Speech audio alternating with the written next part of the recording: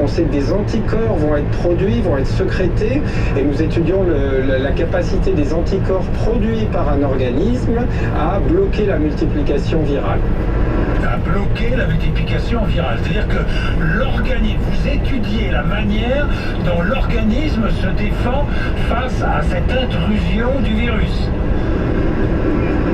Voilà, c'est exactement ça, puisque comme ce virus se comporte comme tous les virus, d'une certaine façon, chaque virus a sa spécificité, et heureusement notre organisme est équipé d'un système immunitaire à deux niveaux. Il y a ce qu'on appelle la réponse immunitaire innée, immédiate, qui nous permet en quelques jours ou quelques heures de produire des molécules antivirales. On parle de l'interféron, bien sûr, et donc ce sont cette réaction immédiate qui peut d'ailleurs déclencher la fièvre et d'autres symptômes que nous étudions d'une part. Et après, il y a une deuxième vague de réponse du système immunitaire avec la production d'anticorps, de cellules dites tueuses qui vont aller détruire les cellules infectées. Et c'est exactement ce que nous étudions, la mise en place de ces différentes phases de réponse du système immunitaire. Alors étudier, très bien, mais avec quel objectif, quelle finalité pour vos études ? C'est une excellente question. Il y a, comme je vous le disais, une finalité de connaissance, de compréhension, c'est la recherche fondamentale, mais en parallèle, nous utilisons nos résultats pour, par exemple, mettre au point des tests diagnostiques. Maintenant, nous étudions, par exemple, la réponse des anticorps produits par l'organisme contre la multiplication virale. Donc, il est important de pouvoir détecter ces anticorps. Pour l'instant, les tests de détection sont basés sur ce qu'on appelle la charge virale. Donc on recherche le virus lui-même. Et bientôt, très prochainement, différentes équipes à l'Institut Pasteur, mais ailleurs dans le monde, vont avoir à leur disposition des tests dits sérologiques. On pourra rechercher les anticorps qui permettent de savoir si une personne, d'une part, a été infectée et d'autre part, si cette personne a des anticorps dits neutralisants qui peuvent la protéger. Oui, des tests sérologiques qui sont beaucoup plus efficaces et beaucoup plus rapides surtout, professeur Schwartz, parce que je vous pose une question franche et directe. On n'a pas pratiqué de tests de masse en France. Pourquoi? Pas possible, parce que ça aussi, les questions reviennent, professeur Schwartz, c'est qu'il serait possible de tester toute la population. Est-ce que ça vaudrait le coup ou pas? Alors, donc ça, c'est une décision de santé publique. Moi, j'ai mon opinion personnelle en tant que citoyen. Mais donc, nous faisons ce qu'il est nécessaire de faire. Le président Macron est conseillé par un comité scientifique. Il y a des chercheurs de l'Institut Pasteur dans ce comité. Et donc, les décisions de l'ampleur des tests sont basées sur des faits scientifiques rigoureux et, j'imagine, évolutifs aussi en fonction de la situation. Alors, j'en reviens au virus. Parce que j'ai lu, vous aussi, le grand public aussi, beaucoup de choses. Il peut survivre plusieurs heures en dehors du corps humain, sur des surfaces diverses. Oui ou non? Oui, absolument. Il y a une étude sérieuse qui a été publiée. On le savait d'ailleurs déjà pour d'autres coronavirus, les cousins du SARS-CoV-2. Le virus peut vivre quelques heures sur différentes surfaces. Alors les tests sont faits, les chercheurs ont mis des virus soit sur du plastique, sur du carton, sur des surfaces métalliques, et après on récupéré ces échantillons pour voir l'infectivité. Et en fonction du type d'échantillon, l'infectivité ou la demi-vie, on parle de la demi-vie, c'est-à-dire la durée pendant laquelle l'infectiosité diminue de moitié, varie de 3 à 12 heures par exemple en fonction des supports. 3 à 12 heures. Est-ce qu'il circule dans l'air? Je veux dire par là, est-ce qu'il peut être emporté par les vents par exemple? Alors ça, c'est une bonne question qui a été posée. On sait que le virus est présent dans les postillons et donc peut être transmis entre personnes probablement lorsque les personnes sont en contact rapproché. Combien de temps le virus peut se balader dans l'air? C'est dur à évaluer, mais à mon avis, le virus n'est pas considéré comme un virus transporté, se baladant dans les airs et pouvant être attrapé sur de longues après un voyage de longue distance, d'une certaine façon. Alors certains disent aussi, c'est une autre étude, que ce virus voyagerait. Et pour qu'elles soient validées, ces observations doivent être publiées dans des articles, dans des revues scientifiques, diminuer ou accélérer la guérison chez certains patients. Le problème, c'est que ces tests souvent sont faits sur un nombre très restreint de patients et c'est difficile de savoir qui guérit spontanément. Et il y a récemment un article dans le New England Journal of Medicine, un journal très sérieux, qui a fait un vrai essai clinique avec le Kaletra. Ils ont pris 200 individus en aveugle, sans prennent la molécule, sans ne la prennent pas. Et quand ces tests sont faits de façon rigoureuse, on s'aperçoit que le Kaletra n'a pas d'effet chez les patients traités.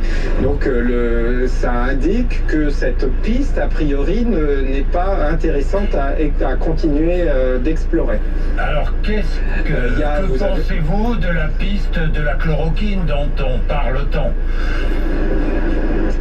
Alors on en parle beaucoup, là encore il faut tester toutes les hypothèses. La chloroquine ou l'hydroxychloroquine, ce sont deux molécules très bien connues. Voilà, il y a deux molécules proches. Alors on entend parler à chaque nouvelle épidémie virale, ça a commencé avec le VIH, avec chikungunya, avec Ebola, de la piste chloroquine.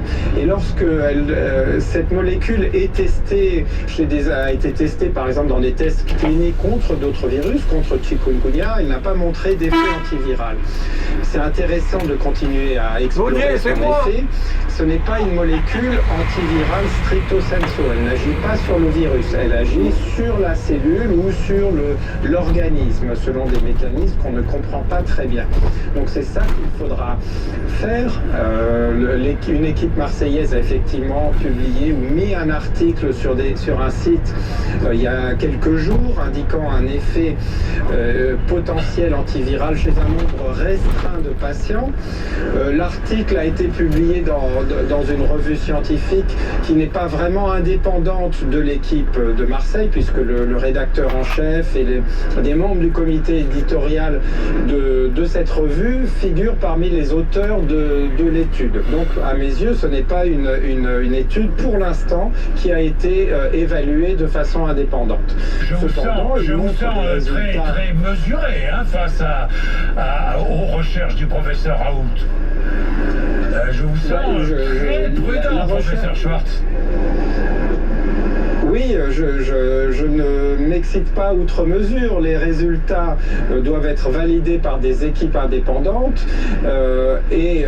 L'avantage, j'ai envie de dire, c'est qu'on peut faire des essais rapides cliniques et on aura la réponse à la question si les tests sont faits de façon rigoureuse.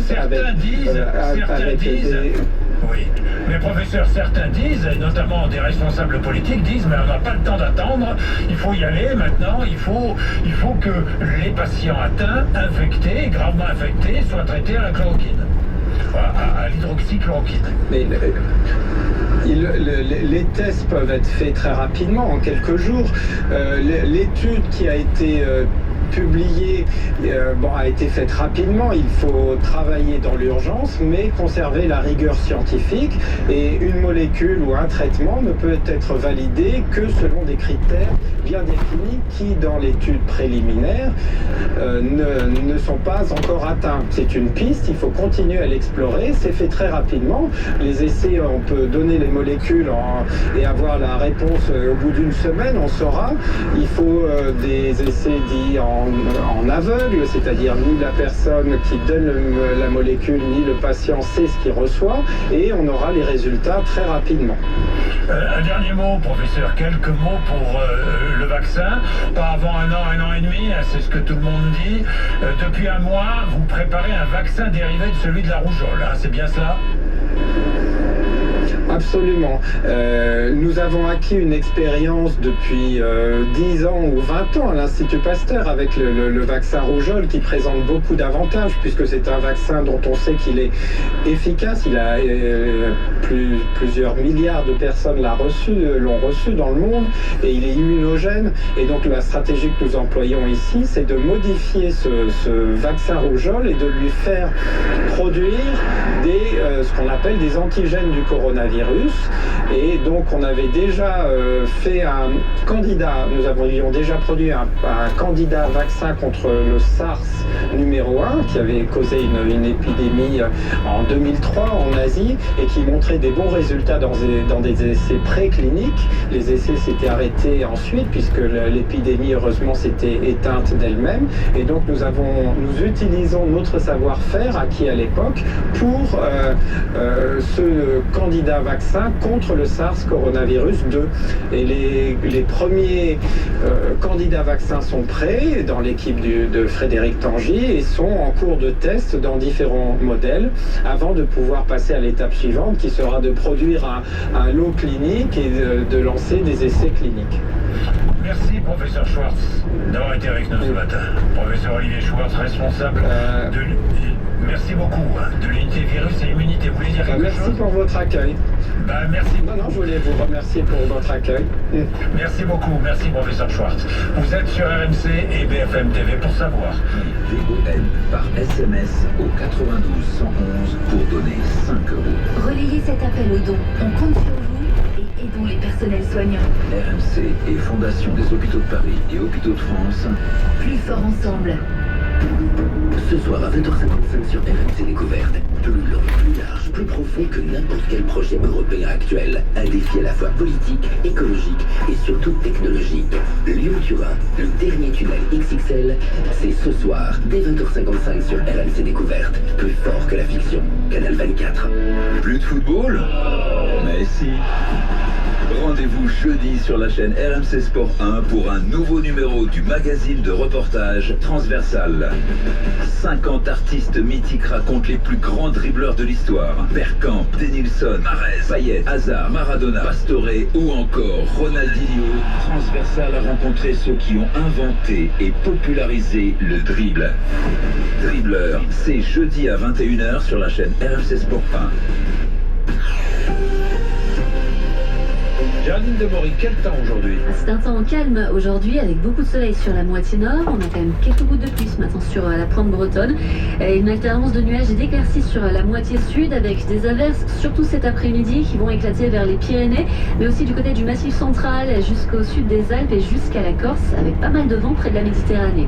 Les températures ont bien chuté ce matin. On a retrouvé des gelées surtout sur le nord-est.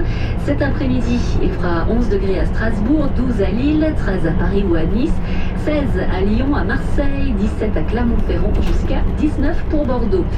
Demain, on va avoir des averses entre les Pyrénées, la Méditerranée, avec un risque de bourrine verglaçante en Provence-Alpes-Côte d'Azur. Du soleil sur les trois quarts nord, il fera toujours froid, surtout le matin. Même principe mercredi avec de moins en moins d'averses dans le sud, toujours beaucoup de soleil, mais aussi une belle fraîcheur. Jeudi, on aura moins 2 degrés de moyenne sur la moitié nord le matin. Toujours un temps souvent ensoleillé avec quand même quelques averses sur le sud-est. Vendredi, on trouvera un temps calme avec de belles éclaircies au nord. Ce sera très ensoleillé sur la moitié sud. Et puis pour le week-end, les températures resteront basses. Dans le ciel, c'est encore assez incertain, mais on devrait avoir une alternance de nuages et d'éclaircies avec ponctuellement quelques averses. RMC partout. RMC tout le temps. Lundi 23 mars. L'info sur RMC. Anne-Sophie Balbi est là pour les dernières informations. Anne-Sophie, bonjour. Bonjour Jean-Jacques, bonjour à tous. Les TGV intercités gratuits pour les personnels soignants. Annonce de la SNCF.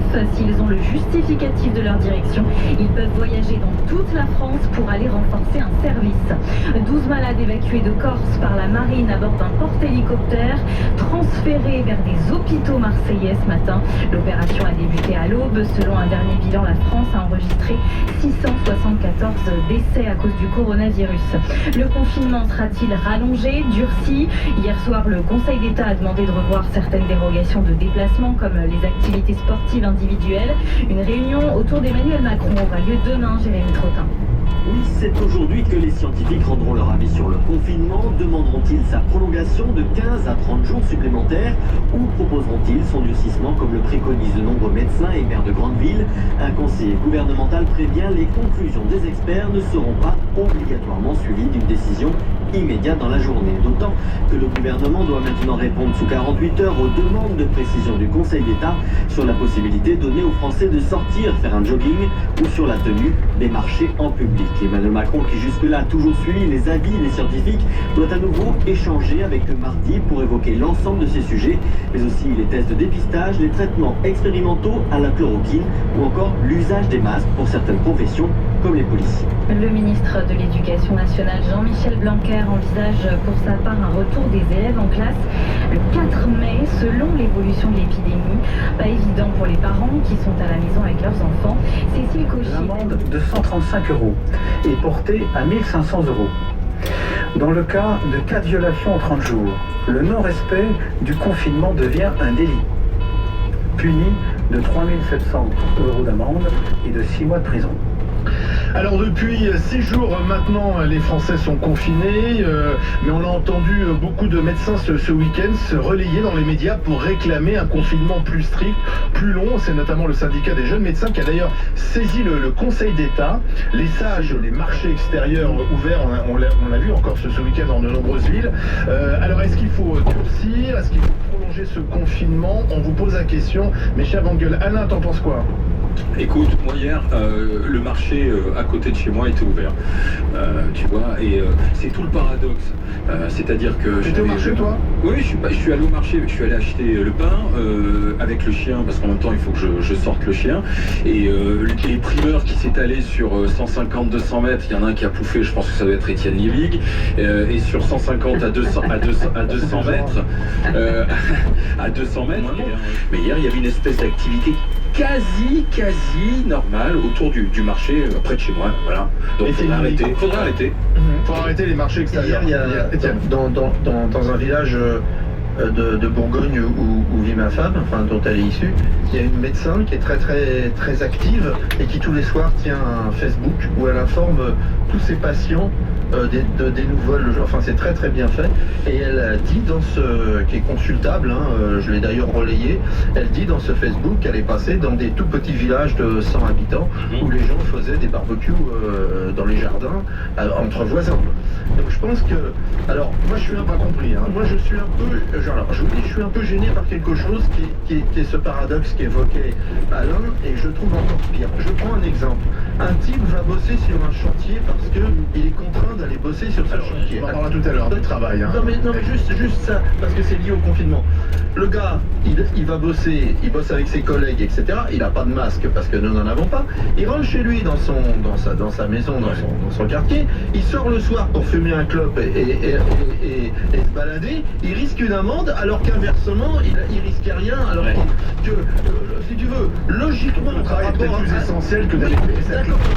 Mais si on considère que on peut dire qu'il y a plus de transmission à bosser avec un collègue toute la journée sur un chantier que de rester... On en parlera tout à l'heure du travail, parce que ça c'est une question qu'on va se poser ce matin. Avez-vous peur d'aller travailler? C'est important d'aller travailler. Il y a de nombreuses entreprises qui d'ailleurs demandent à leurs salariés de venir travailler. Sera habitant sur l'idée de... Alors à la fois de durcir, mais aussi de prolonger le confinement. Beaucoup disent que 15 jours ça sera pas suffisant.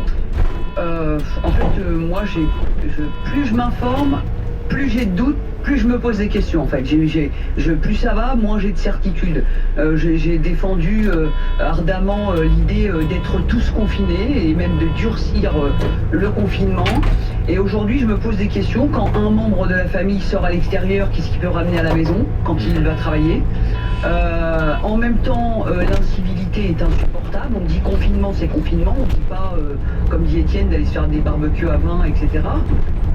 Mais compte tenu du fait qu'aujourd'hui se pose la question des tests, des masques, etc., vraiment, moi, je suis perdu, quoi. Je me dis, et tous les jours, je me dis, bon, est-ce que je fais blackout sur l'information et on laisse passer, je fais l'autruche, ou est-ce que je m'informe? Et plus je m'informe, voilà, peut-être que demain, je vais dire, oui, il faut durcir le confinement, puis qu'après-demain, je vais dire, bah non. T'as pas de certitude.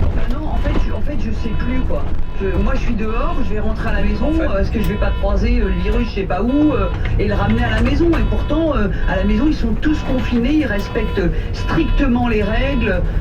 Il suffit qu'il y en a un qui va travailler, donc c'est quoi la recette miracle, quoi? Maxime Guédot, Maxime qui est du côté de la Vendée, chez lui. Maxime. Oui. Ben écoute, je vais te dire, je suis chez mes parents et on parle de confinement, mais je me demande si tout simplement le miracle ce ne serait pas de respecter les règles déjà instaurées. Parce que Alain, tu parles du marché, moi je vais te dire, je suis juste allé chercher le pain avec mon père, donc c'est un espèce de dépôt de pain chez un ostréiculteur à 150 mètres de chez moi, parce qu'on restreint vraiment les déplacements. Il y a 2 couples qui arrivent qui viennent se coller. Ça rentre dans notre tête déjà, on se lave 12, 40 000 fois par jour. Et on change, et je pense qu'il fallait quelques jours. Il fallait quelques jours pour que tout ça soit intégré par notre mode de vie, parce qu'on a un mode de vie, il faut intégrer un autre mode de vie. Je pense que le confinement rentre dans un ensemble de choses. On va aller au 32-16 parce qu'on reçoit bien sûr beaucoup d'appels, vous êtes très nombreux à vouloir réagir. Eric est avec nous. Donnez votre avis au 32-16. Les grandes gueules. Eric qui nous appelle de Haute-Loire à Saint-Pal-de-Mont, c'est ça Eric? Oui, bonjour aux grandes gueules. Voilà, bah écoutez, moi je travaille... Oui. Allez-y. Je dis non. Non. Et pourtant, bon, je pourrais en faire parce que j'habite sur un village où les bois sont juste à proximité du village, mais je respecte totalement ce confinement. Bon, avec ma femme, on va sortir, on va faire sur un périmètre de 500 mètres, une petite marche, et puis voilà, histoire de se défouler.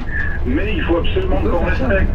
Et je pense qu'aujourd'hui, j'ai envie de dire que le gouvernement aujourd'hui, c'est pas le gouvernement politique, c'est le gouvernement médical. Écoutons les médecins. Oui, les médecins eux-mêmes, je suis d'accord avec ça, mais les médecins eux-mêmes ont évolué. Le professeur Delfrécy, qui est le patron du conseil scientifique, a dit lui-même qu'au début, il avait minimisé cette crise, il s'était trompé. Donc moi, je veux bien... Oui, mais bien sûr, les médecins ont peut-être des choses à nous dire, mais eux-mêmes n'ont pas de certitude. D'ailleurs, entre eux, ils ne sont pas toujours d'accord. Regardez, le professeur Raoult à Marseille ne dit pas la même chose que d'autres médecins. D'ailleurs, c'est pour ça qu'on a du mal à avoir un avis tranché. On est d'accord, mais quand même, s'il faut écouter quelqu'un, aujourd'hui, j'ai envie de vous dire, il faut quand même écouter le monde médical, ils sont sur le terrain. Non, globalement, oui, n'empêche qu'un médecin, c'est pas Dieu non plus, c'est pas un toute puissance, il peut se tromper, il y en a qui se sont trompés.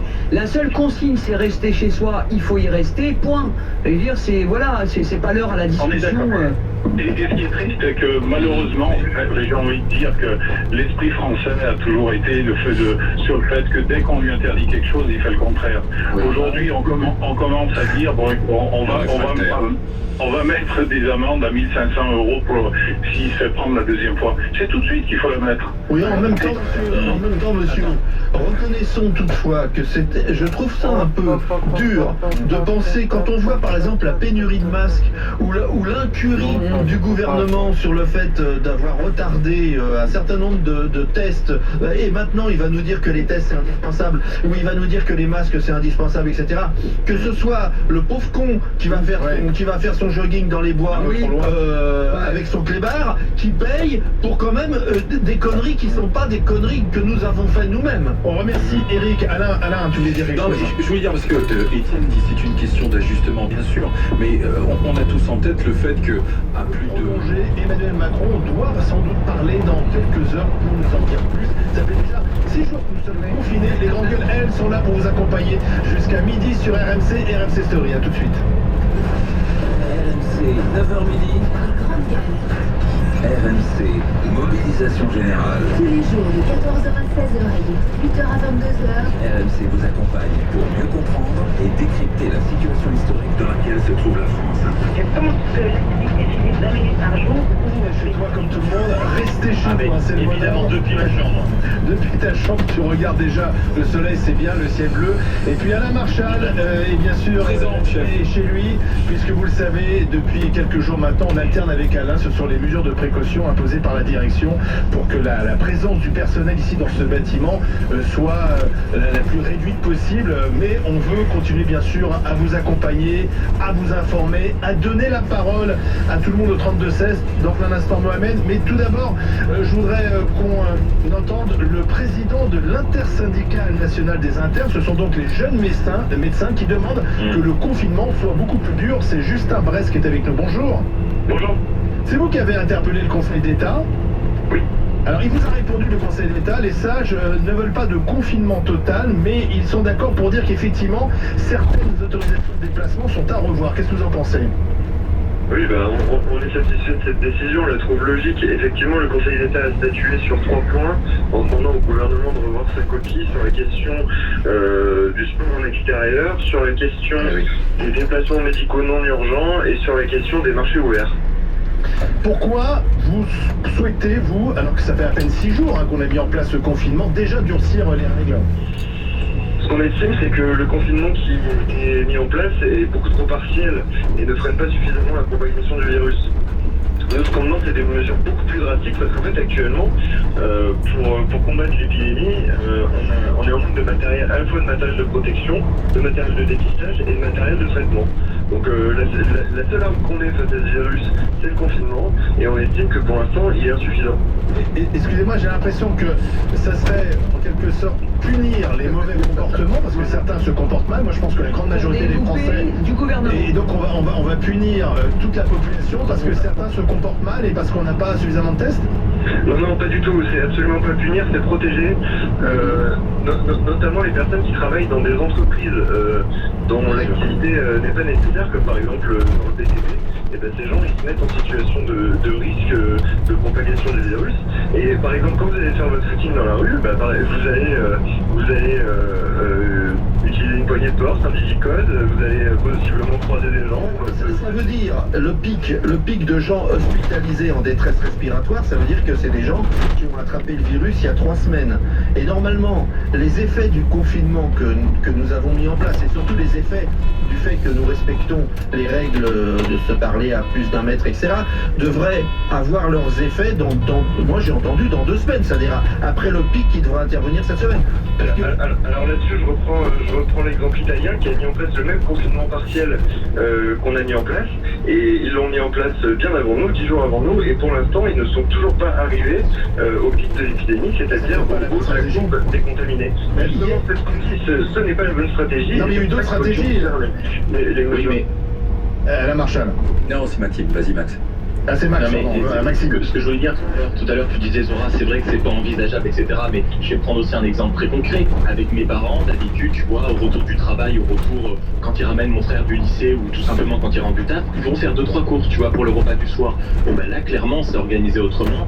On est allé sur le drive, on était censé être livré samedi, ce sera lundi, ce sera tout à l'heure, là, à 11h30. Mais on s'organise autrement, justement, pour éviter d'avoir les longues queues dans les magasins.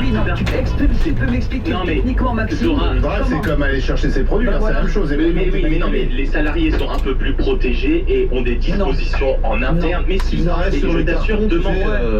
Le drive, il y a des gens qui ont rempli tes sacs. D'accord, mais ils sont un peu plus protégés que nous, et les entreprises prennent des dispositions. Il faut quand même limiter. Non, le drone, à la limite. Non, mais Maxime, il faudrait livrer par drone. Là, au moins, il n'y aurait pas de manipulation humaine. Le drive. Si je peux intervenir, on peut tout à fait faire en sorte que les personnes qui travaillent dans le drive et qui utilisent les produits soient-elles formées et protégées. Ce sera beaucoup plus simple à mettre en place que de former et de protéger l'ensemble des personnes qui travaillent dans les supermarchés. Non, mais si on avait tous des masques, moi je crois, franchement, honnêtement, moi je veux bien entendre tout ce qu'on nous raconte, que le masque ça sert à rien, que c'est un luxe superfétatoire pour faire beau. Mais en fait on sait tous que dans les pays asiatiques où on porte des masques de façon normale, quand on se balade en Chine, les gens ils ont des masques, dans le métro ils ont tous des masques, depuis toujours. Donc on sait bien quand même que le masque il est efficace. Et donc je pense que si on avait eu des masques dès le début, et qu'on a, peut-être qu'on n'a pas de test, on n'a pas de masque. Mais oui, c'est ça. C'est ça. Donc il faut les gens.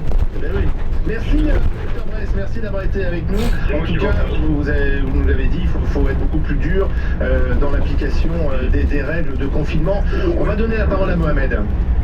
RMC, les grandes gueules. Appelez au 3216. Mohamed qui nous appelle de Saint-Gilles dans le Gard. Bonjour Mohamed. Oui, bonjour. Alors faut-il, oui ou non, selon vous, durcir le confinement? On est tout simplement oui. Quand on voit aujourd'hui qu'en France, on a plus de 16 000 cas confirmés, donc ça c'est des personnes qui ont été détectées, plus de 677 ans, et qu'on voit que on fait un confinement partiel, l'autre qui court aller faire son petit footing, l'autre qui va aller faire sa petite course, il lui faut son petit pot de yaourt, il lui faut son petit truc. Mais on est dans une situation sans précédent. je viens d'apprendre pourquoi je vous appelle, c'est pour témoigner. Ce matin, je viens d'apprendre la mort de ma tante. Je vous fais ça aussi simple. Elle était chez elle, confinée. Elle a suivi les règles. Depuis 3 semaines, moi. Mais oui. Depuis 3 semaines, en fait, si votre tante elle est décédée aujourd'hui, c'est une contamination qui date de 3 semaines. Donc bien avant les mesures de confinement, sinon c'est 6 jours. Elle a croisé du monde, vu de la famille. On est tout ça, en fait. C'est pour ça qu'on est des millions, à mon avis, à être porteurs du virus. Exactement. Mais pourquoi? Alors, c'est comme vous venez de dire, on est des millions à être porteurs du virus. Pourquoi? Malheureusement, c'est ce qui s'est passé, c'est de ça qu'on a peur. C'est que vendredi, lorsqu'elle a eu... en fait, c'est passé vendredi, elle a eu un problème, elle est tombée dans le coma. On nous a appelé, on nous a dit qu'on n'a pas de coma. Malheureusement, l'instinct fraternel, on peut rien y faire, malheureusement, et je leur en veux un petit peu entre guillemets, mais je comprends, mais je leur en veux quand même. C'est que maintenant je pense à eux, j'ai peur pour eux maintenant et pour les gens qui risquent de contaminer. Mais beaucoup de gens sont allés la voir, votre tante, du coup? Je pense 2 ou 3 de ses frères ou ses sœurs, je sais plus exactement, j'ai pas envie de dire des bêtises, monsieur. Bien sûr. Non, mais ce que je veux dire, c'est que c'est sûr, les médecins vous ont dit qu'elle était décédée du corona. C'est le corona qui a aggravé sa situation, en fait, c'est sûr. Exactement. Donc c'est pour ça que je me suis permis d'appeler et de le dire. Et les obsèques, Mohamed, comment ça se fait? C'est pas, on devient fou, on peut même pas la laver, on peut pas l'intégrer, on peut pas faire. Je suis d'origine musulmane et il y a toute une cérémonie, donc nous on lave nos morts, on fait une prière en leur nom et on peut rien faire. Aujourd'hui, c'est ce que je veux vous faire comprendre aux gens. C'est une situation comme sans précédent. Nous sommes musulmans, juifs, arabes, catholiques, on est tous citoyens du monde et ça peut tous nous toucher. Il n'y a pas de musulmans, il n'y a pas de juifs, de bouddhistes, on est tous humains. Ah non, il n'y a pas de mots, il n'y a pas de... Merci Mohamed, merci Mohamed. C'est une bonne question, merci. Donc condoléances, mais justement, voilà, vous les entendez, j'ai eu un ami qui a perdu son père et il me disait qu'il avait reçu des consignes historiques. Pas d'enterrement, et c'est juste, enfin il y a enterrement, et je crois que c'est pas tout. Les 10 personnes. Maximum, voilà, 10 personnes qui se tiennent très espacées les uns des autres. Mais la famille de Mohamed, maintenant, ils doivent tous, enfin les 4-5 personnes qui sont allées voir la tante, il faut qu'ils restent chez eux. Oui, mais ils ne sont pas testés. Là, d'ailleurs, c'est le problème. Peut-être qu'il faudrait tester aussi l'entourage, la personne qui avait le virus. Ça permettrait aussi peut-être de rassurer ces personnes-là. D'ailleurs, le médecin malgache qui est décédé voulait être enterré à Madagascar selon le rite malgache. Il ne peut pas être enterré on va remercier Mohamed, c'était très émouvant son témoignage et on lui souhaite beaucoup de courage ainsi que sa famille. 2-3 messages qui viennent d'arriver sur notre site rmc.fr, sur Twitter également. Il y a tout d'abord Pascal. Alors Pascal lui voulait parler au 32-16, malheureusement on n'a plus le temps. Pascal il est informaticien, il est plutôt d'accord, oui il faut durcir le confinement. Ma mère est en EHPAD depuis le 20 février et ce qui n'est pas normal c'est qu'ils ne sont pas confinés dans son établissement. Le personnel soignant mais j'ai l'impression que l'État n'a donné aucune direction pour protéger les gens en EHPAD. C'est pas témoignage spatial, pas de contraire. Et puis beaucoup qui nous écrit également, je ne suis pas contre durcir le confinement, mais je suis contre la mise en place d'un ravitaillement, si vous voulez, des émeutes, des scènes de panique et créer un effet négatif, ça serait vraiment la mauvaise mesure. Et puis Jean, il faut lui expliquer à Zora que se faire livrer, c'est possible. Après les courses, il faut se débarrasser des emballages, nettoyer chaque denrée avec des lingettes alcoolisées, laver les fruits et légumes, se laver les mains avant et après la manipulation. C'est ça. La consultation, c'était donc cette question toute simple. Faut-il, oui ou non, durcir le confinement? Vous dites oui à 82% sur rmc.fr et sur Twitter, votre compte Twitter. C'est 83,6%. Faut-il durcir le confinement? Les Français sont plutôt pour un durcissement du confinement. Le public écoute les GG. Eh bien, on verra. Ça prendra peut-être la parole d'ici quelques heures, quelques jours. Dans un instant, dans le monde de Macron, tiens, justement, les tests, à quand les tests généralisés en France? Et puis, peut-être le médicament miracle pour soigner ce virus, la chloroquine. A tout de suite sur RMC Story. Les grandes gueules. Retrouvez RMC en direct et en podcast sur toutes les enceintes connectées. Alerte coronavirus. Protégez et protégez les autres. Restez chez vous. Tout déplacement est interdit, sauf muni d'une attestation dans les cas suivants. Aller travailler si le télétravail est impossible. Faire des courses de première nécessité. Faire garder ses enfants ou aider des personnes vulnérables. Aller chez un professionnel de santé si vous n'avez pas de signe de la maladie. Dans tous les cas, respectez 1 mètre de distance avec toute personne et appliquez systématiquement les gestes barrières. Lavez-vous très régulièrement les mains avec du savon ou utilisez une solution hydroalcoolique. Toussez ou éternuez dans votre coude ou dans un mouchoir. Utilisez des mouchoirs à usage unique, puis jetez-les. Saluez sans serrer la main et arrêtez les embrassades.